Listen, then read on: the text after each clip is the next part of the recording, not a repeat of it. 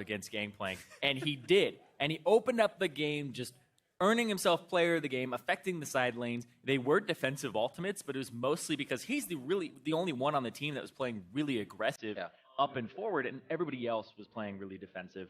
That's something that Hard needs to be able to take advantage of.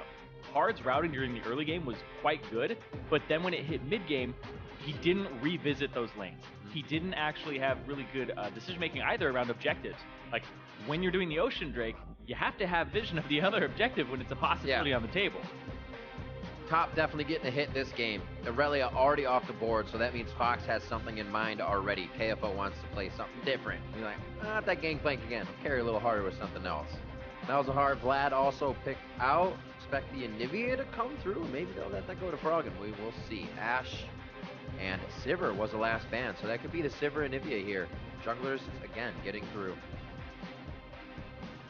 Have to assume it's the Anivia. It's always banned against Froggen.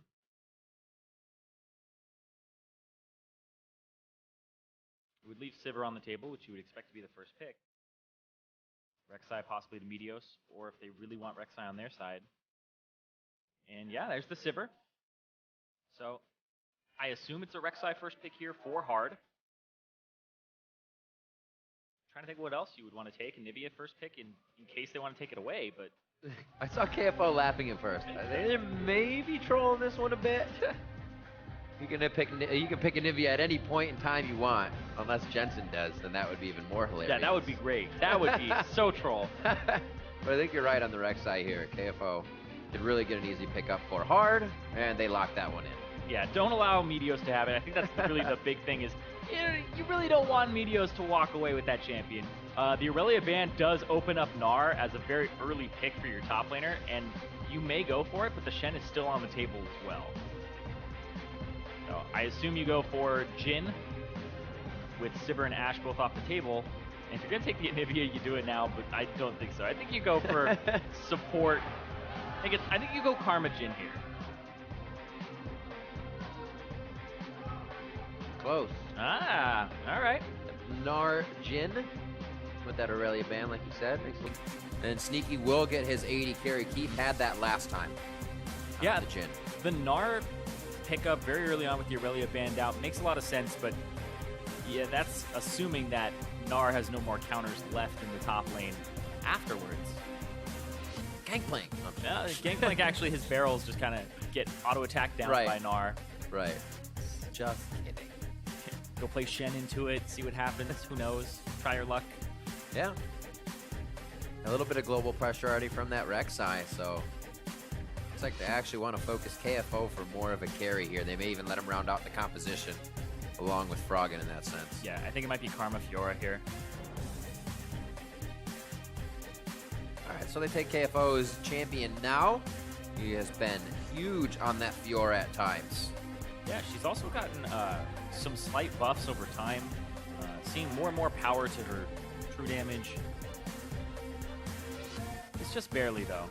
Itemization is also interesting for her. Black Cleaver, you know, since we last saw her at like Worlds and stuff like that, it's really just pushed down in terms of how cheap Black Cleaver is. It's pretty early on. Going wild in the EU LCS too. Yeah. Recent, as of last week.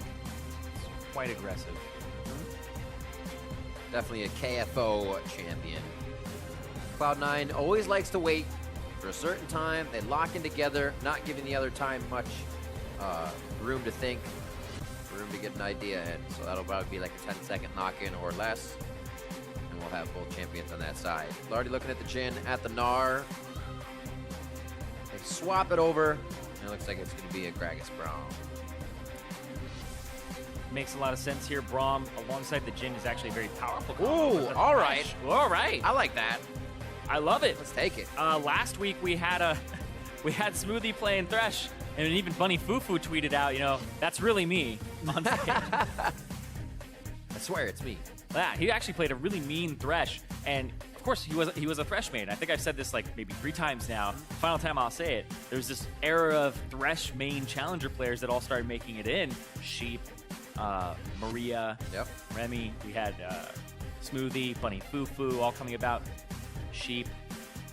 Yeah, everybody kind of coming up at the same time, and he was one of them. So, see see what ends up happening. Sutsuro is also in there as well.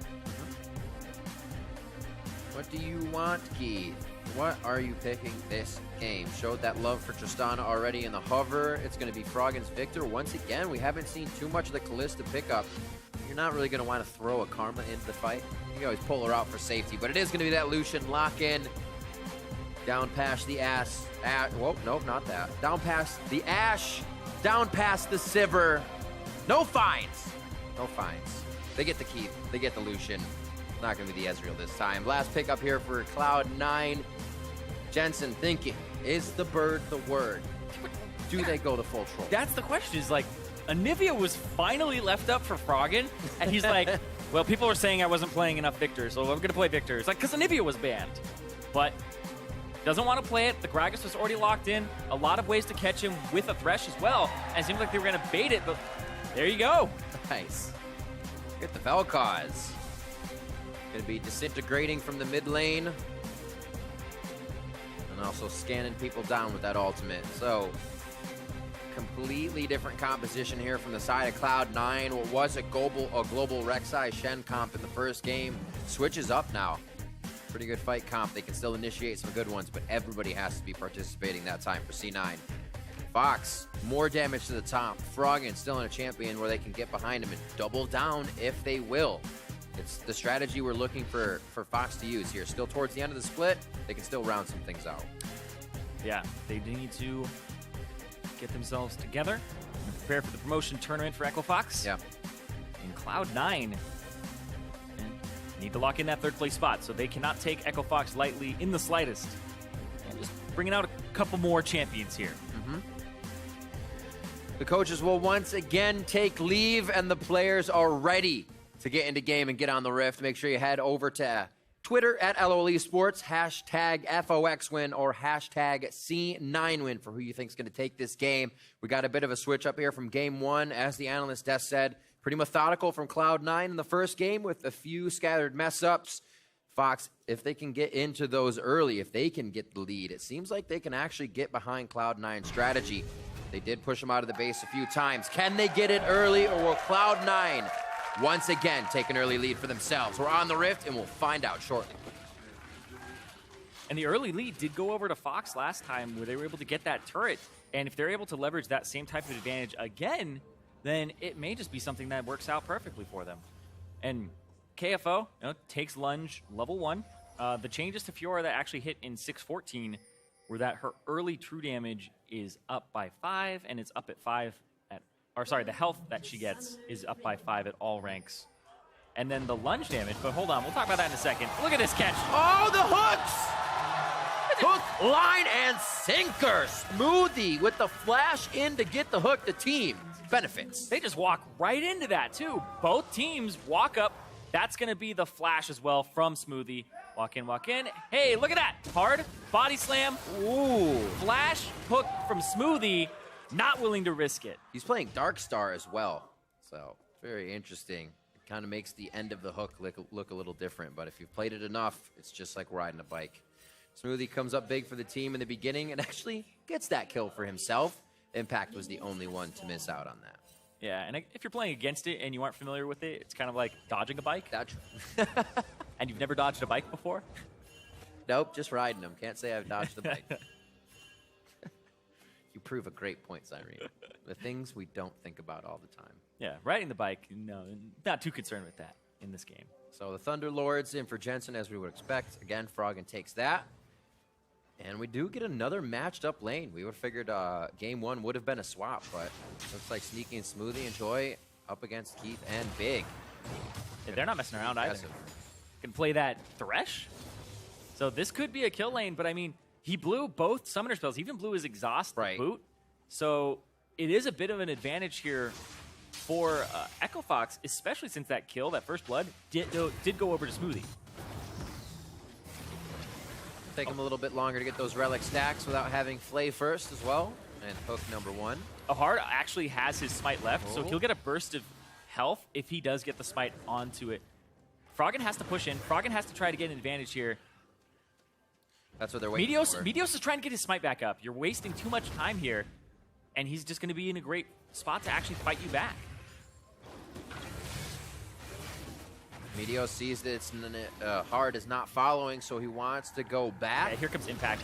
You've done this so many times, you understand the amount of HP by looking at Hard, how much he's going to lose. You have to be quicker about it.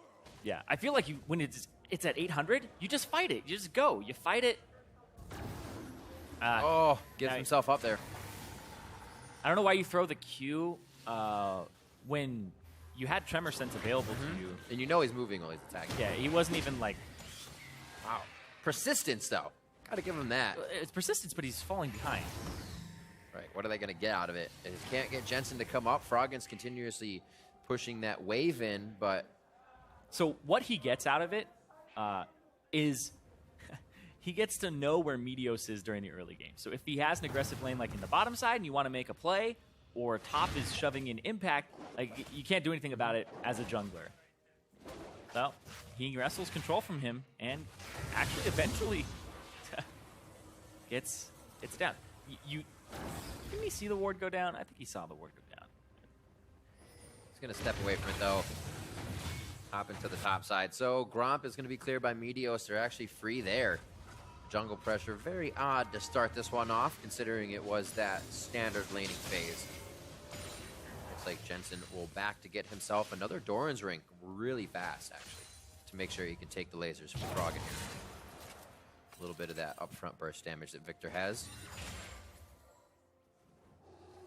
Seems like they're pinging the bottom side of the map as well. Cloud9 appears to think that watch out, Hard may actually be on the bottom side. We're pushing up, but Hard's still actually... I think this is really cool because Hard is doing the Krugs now. That'll give him level 3.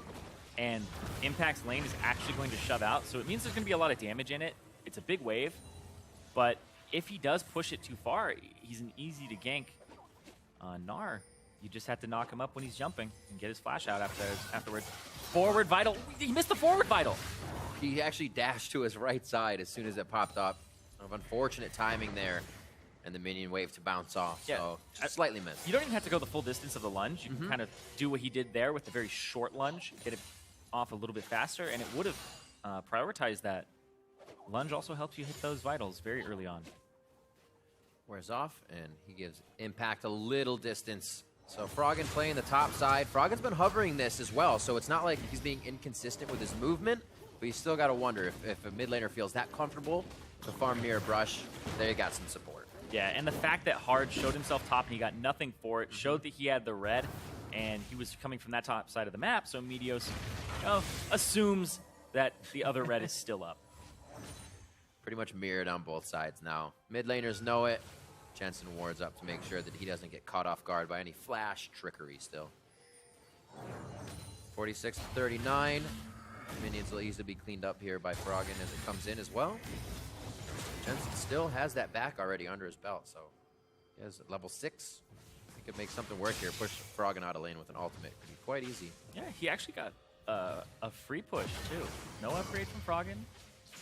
Looks like he's just kind of getting bullied right now.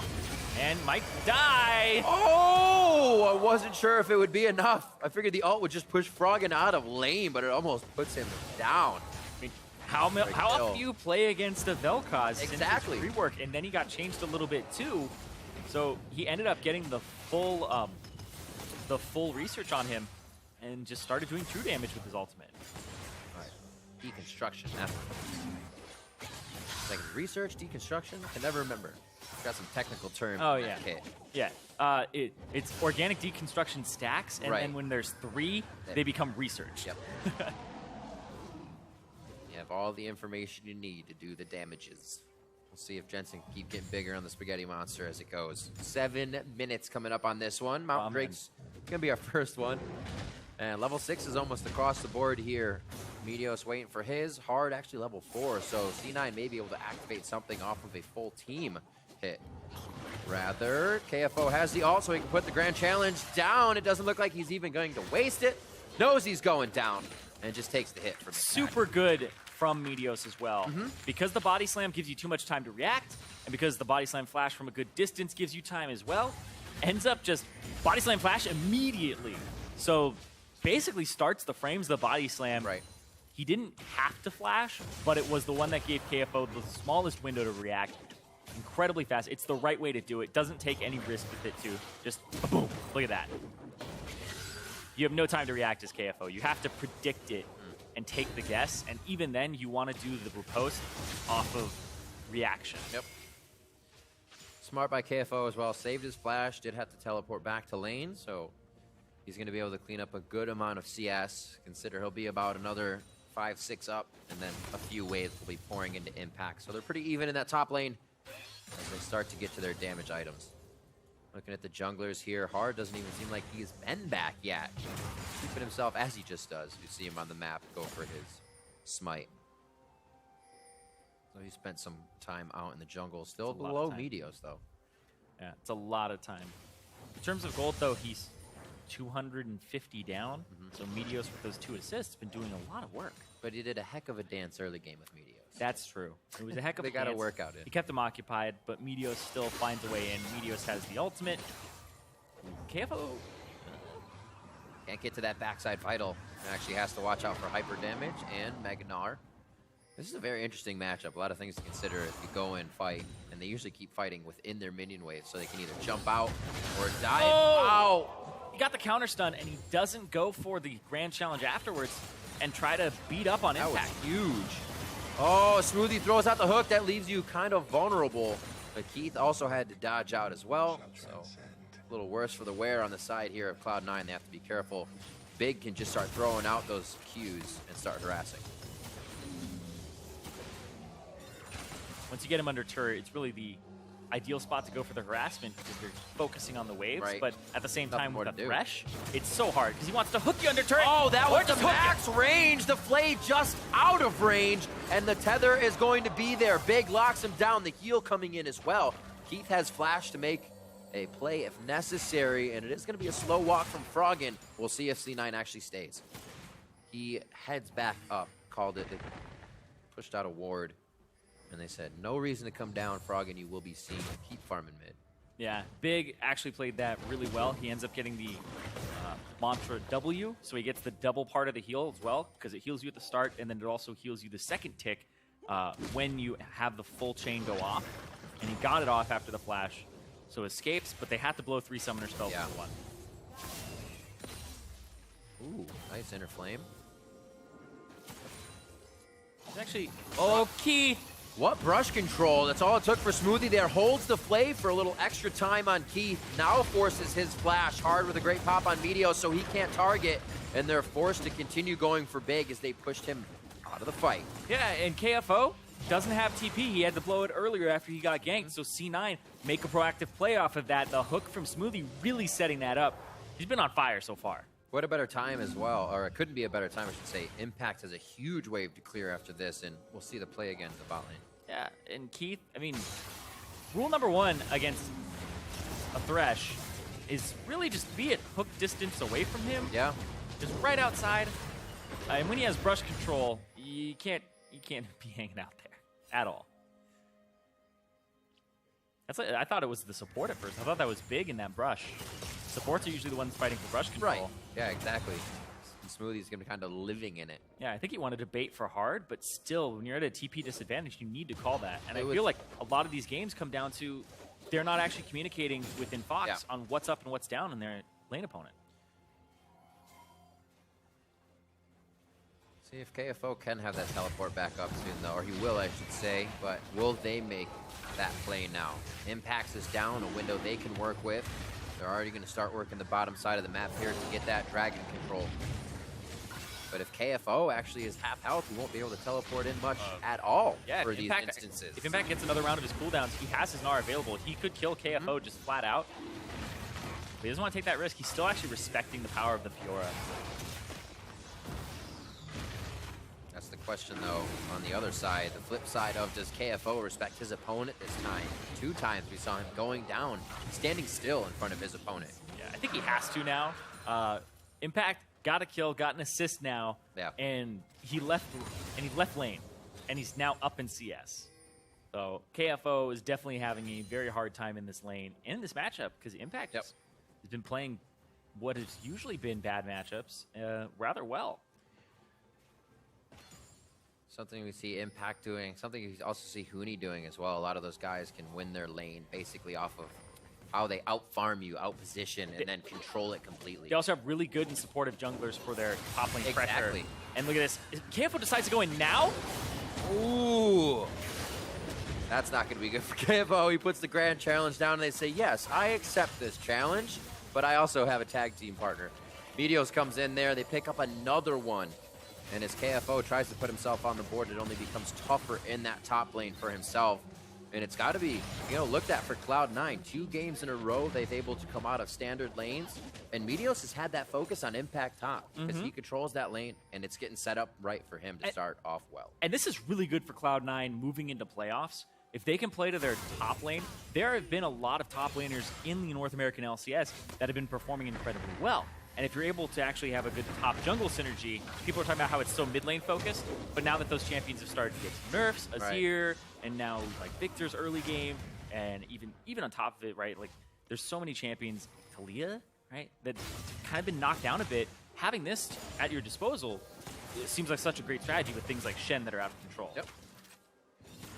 A lot of people looking for just wave clear in that mid lane right now, so yeah, and Jensen having that. 615 is the lane swap patch, right? It's the one that kind of gets rid of it or makes it really risky.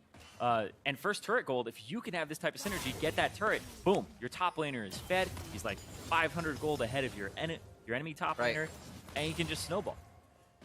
Find the strength and the benefits of standard laning. Yeah, it's you also do it now, and you're ahead of the game. Exactly, and like it's what Meteos loved to do before, right? When he was with balls, and they had that great first season. Yeah, that is true. Camp top. Zap over the walls every time you can. A riposte for the last one. So he saves himself a bit of damage here. And what is the ring around the rosy? Impact's a little short on that vision ward, but he says, I think up. Made him use a pink. As long as he doesn't show himself, he's good to go here.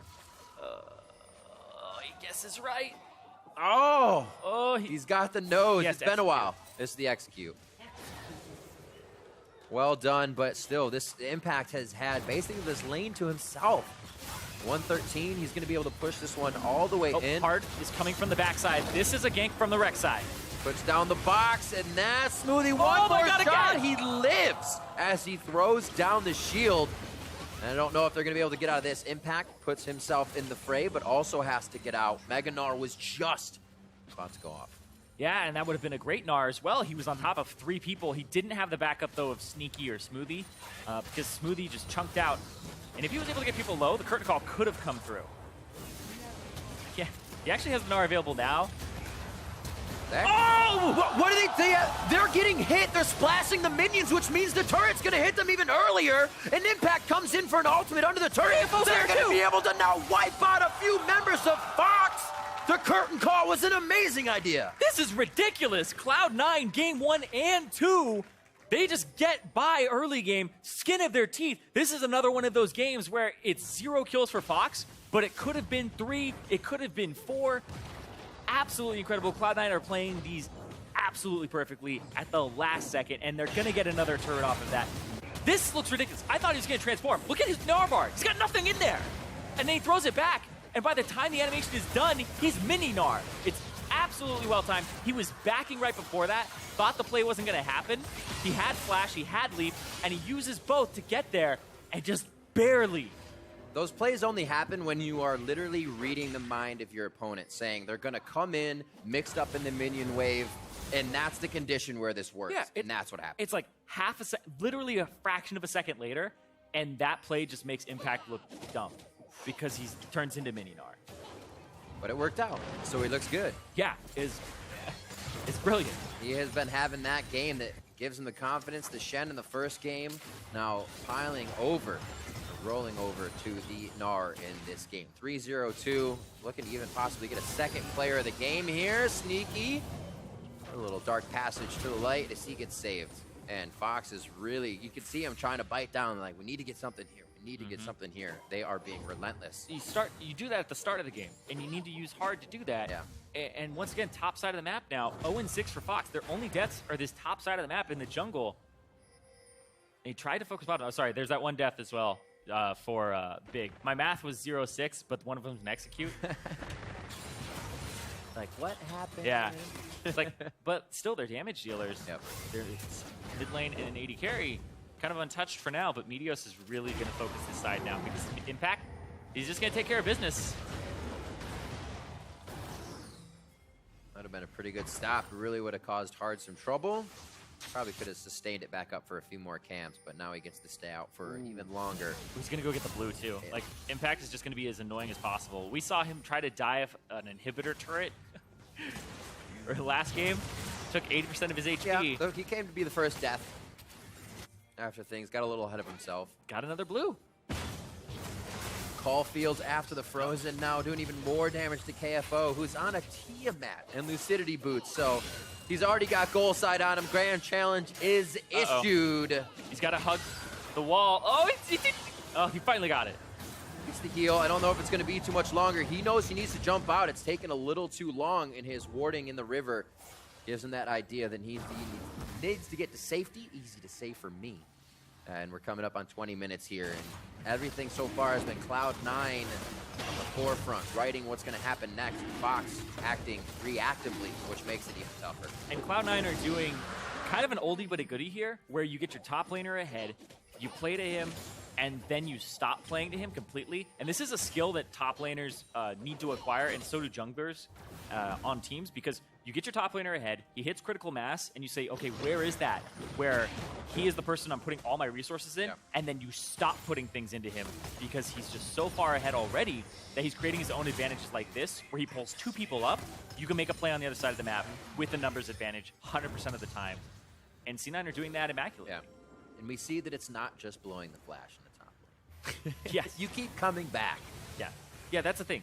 Keep coming back, get him like 1 or 2 kills, maybe even 3, maybe that's the sweet spot right there, and then you go elsewhere, and then you start wreaking havoc on the map. Yeah. Then you expect Impact to come down and help Sneaky get 2 kills, as it has happened as they start these teleport plays being in the lead.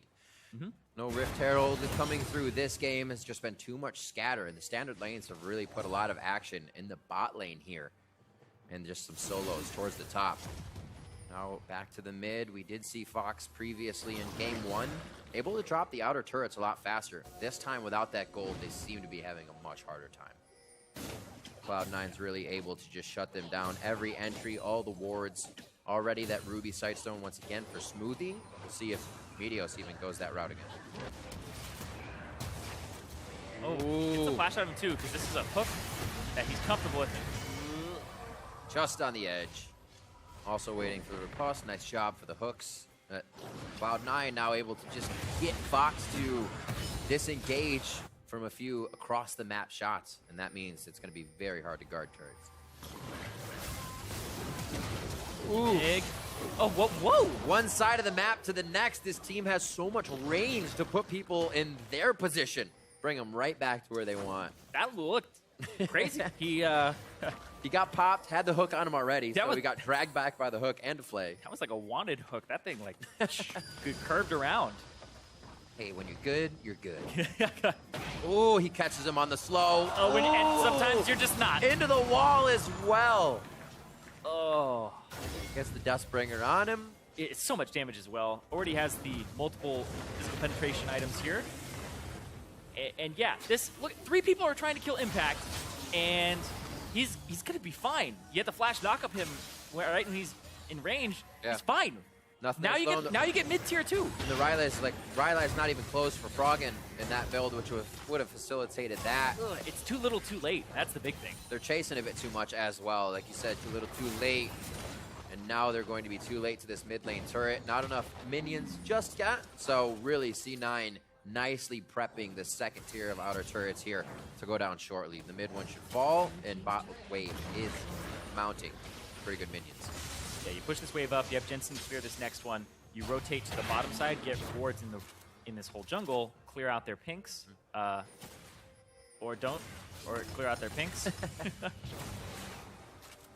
Sharing is caring. And now you can actually do multiple things here. Impact can charge his Narbar for a play. Whoa! They go right up in Sneaky's face. He curtains call toe-to-toe with Keith and Big, and I think that's exactly what they wanted. says, go out of position if you think I'm going to be that careless. The team is ready to back me up. Smoothie gets himself in a scary spot, but C9 is still there, and they realize the power of the full 5 in the bot lane. And now they're just going to zerg this down. Get some damage on it with Sneaky. Good gravity field. Froggen can't really get into range to do too much clearing and instantly taken down. Smoothie keeps hard in place with the hook and a belly slam from Meteos. And they are now in on the inhibitor turrets. The inhibitor's next, and KFO is even turning his back too. They can't fight this right away. He tries to put damage on Meteos, hit up a wallop and a knock from Impact. KFO forced back to the Nexus and gets taken down by the autos of Jensen and Impact. Oh, Smoothie! Very close, he gets taken down. They gotta be careful. This is what happened last time. They got themselves way too scattered as they go for a fight. There's no priority target as they're going in. Everybody thinks they can take one down, and that's where Fox tries to capitalize. However, Cloud9 again gets multiple people out by the skin of their teeth. Yeah, and right there, Sneaky just barely, oh wait. Walk back into it. Glutton for punishment. And they just can't pick up these kills. It's just so close to actually having an ace there in favor of Echo Fox. But Cloud9 just barely yet. Hard gets hit up. Oof. Completely destroyed. Impact goes in, and this looks like Froggen is just running so far back, and then he avoids the body slam. And I'm unsure of what exactly it is, but Froggen has to like run away from this fight all the way to the top side. Actually goes near the turret too. And I feel as though they may not be communicating flash timers exactly, because that looked like he was body slam flash range away. Yeah. As well as like flash Gnar range. So unsure. Ooh. Keith, Keith, you're in at this point. You're going for it. Yeah. It's one of those things where like if he had the Black Cleaver and boots by that time, you're right. Maybe he could have like turned into, I guess, Brick Fox status from Korea.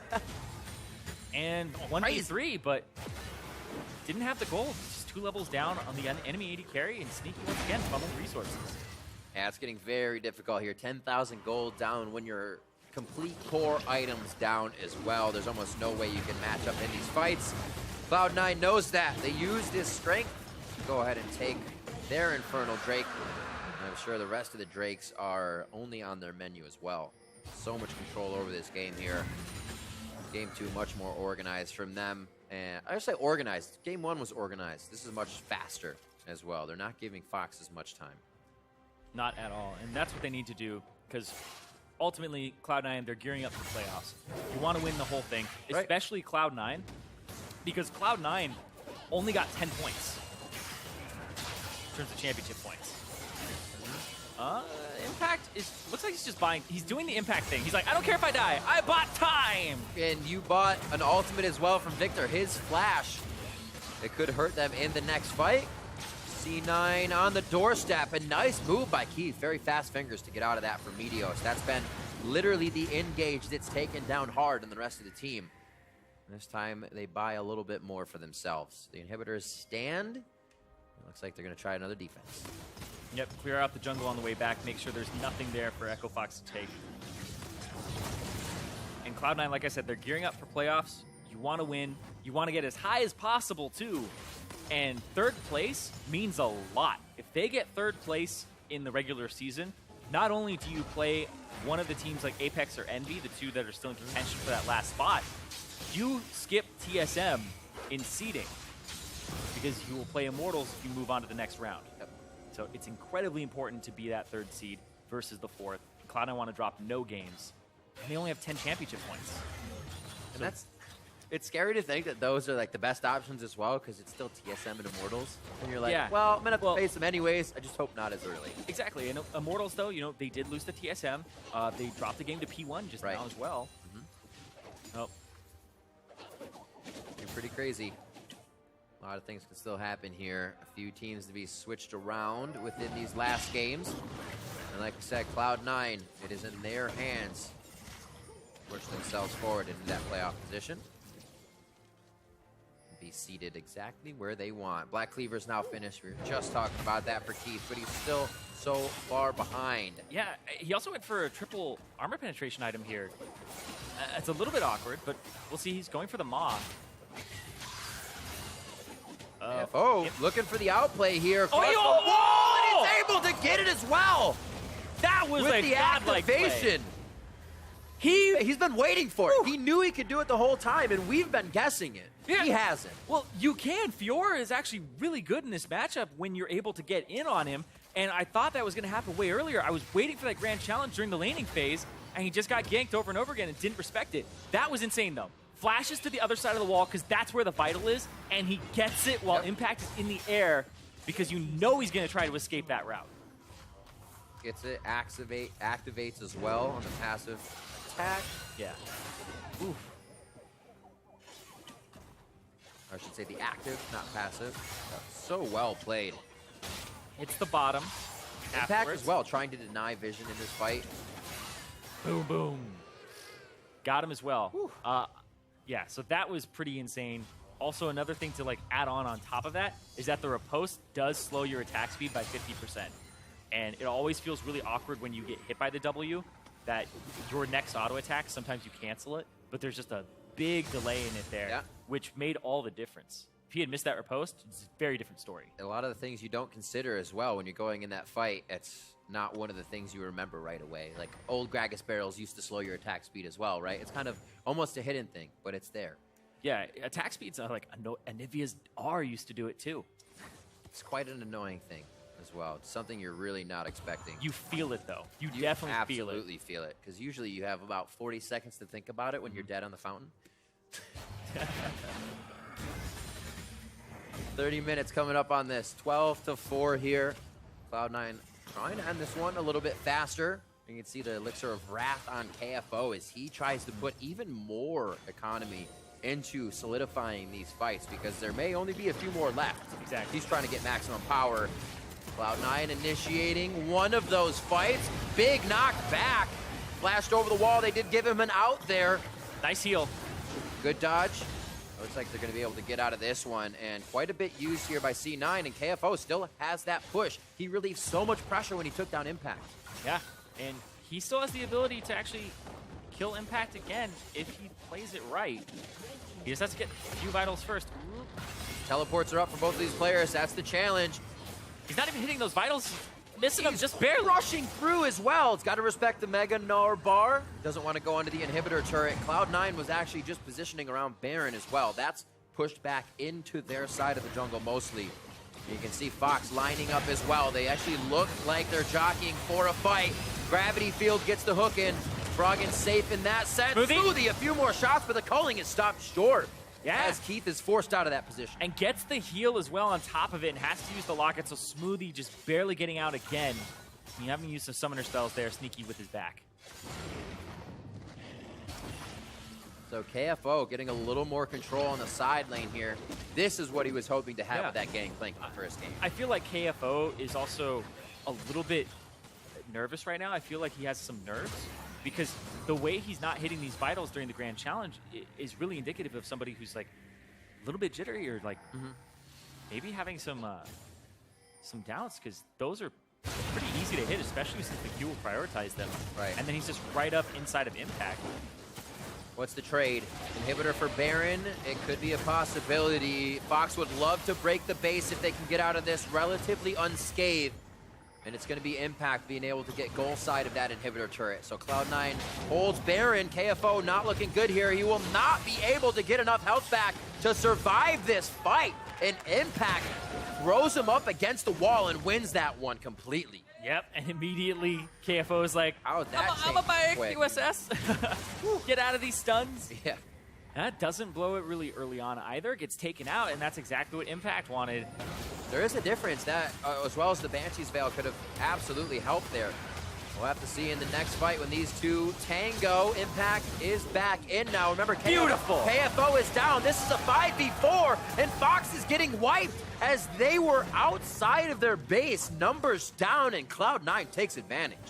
That was a beautiful cast there from Meteos. Body slam, then the flash to get distance, and then it hits Froggen off to the side. Primary damage dealer of Echo Fox, who's 3-1, mind you, still with a very good record, and I would assume is dealing a ton of damage in this game, but he's just not able to pull it off, not able to dodge it, had to use his flash earlier.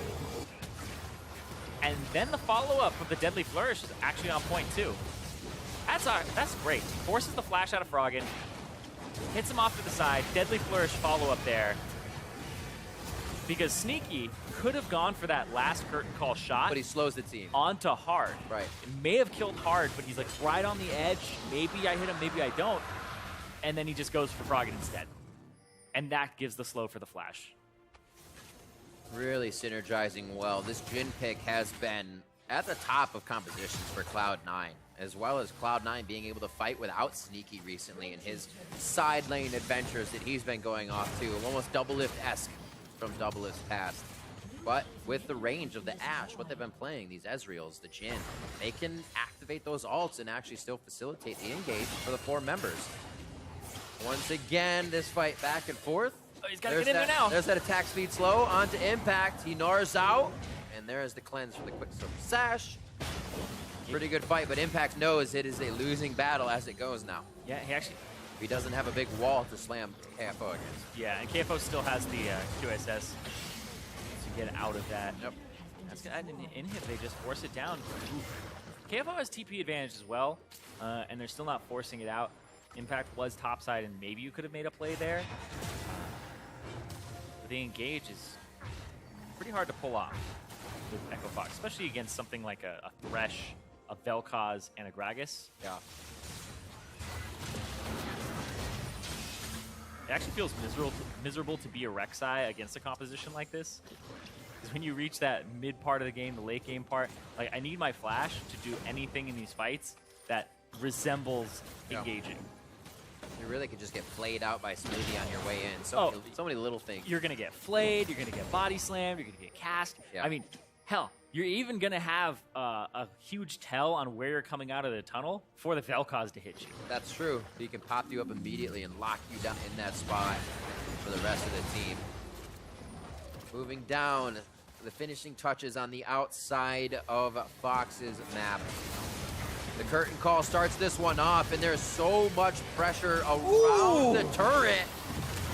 Getting locked down. Big's not going to be able to help for the rest of this fight. He'll be calling shots from the fountain for the team. Froggen as well now gets the overhead view as Cloud9 starts to take down the last inhibitor in the base. KFO teleported in, but now he's being forced out of his own base. And Cloud9 a bit faster this game. Faster than game 1, that is. Oh, he wants the duel. 18-4. He'll get his duel. The grand challenge is accepted. How far can it go, though? And it stops with Sneaky. They're on the last Nexus turret, and it's going to be the Nexus in the eyes of Cloud9. A necessary 2-0. They get it, and Cloud9 takes the match over Echo Fox. And Cloud9 in striking distance of 3rd place and having a much better seed in playoffs. With Team Liquid faltering today, and Cloud9 just looking on the up and up, showing more strategies. Yeah. Vel'Koz mid playing the top side. Now, beautiful play of the Thresh during this entire game. We've been actually seeing a few things. That Zillion that's